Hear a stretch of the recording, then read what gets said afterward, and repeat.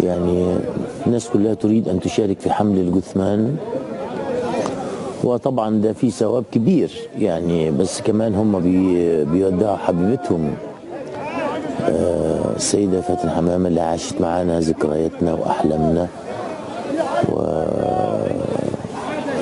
وتعاملت برقة مع كل الناس اللي تعاملت معهم، ولا أحد يذكر السيدة فاتن حمامة إلا بكل خير.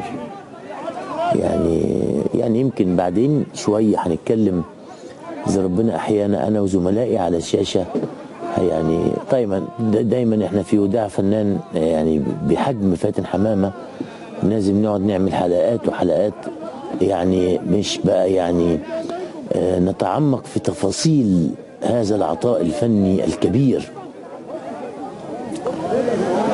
يعني وبالمناسبة أنا يعني بحيي السيدة ياسمين الخيام على المسجد العظيم اللي سميته باسم شيخنا محمود خليل الحصري، وعملت فيه مجهود كبير وعملة مسجد رائع الحقيقة. طبعا كل مساجد ربنا سبحانه وتعالى رائعة، لكنها يعني مهتمة بالمسجد وعاملة فيه نشاط اجتماعي رائع، وده شيء مهم جدا في المساجد. المساجد ما خلقتش بس للصلاة ولكن لأمور المسلمين.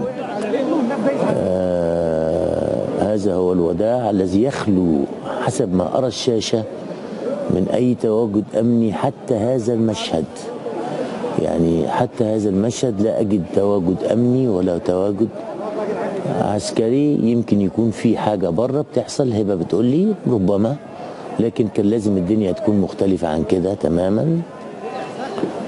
يعني كان لازم الدنيا تكون مختلفة عن كده تماما، ولكنه وداع شعبي كويس. يعني زي ما انتم شايفين المنظر، يعني خطأ كبير من الحكومة، يعني خطأ كبير من الحكومة في وداع فنانتنا الكبيرة فاتن حمامة للأسف الشديد.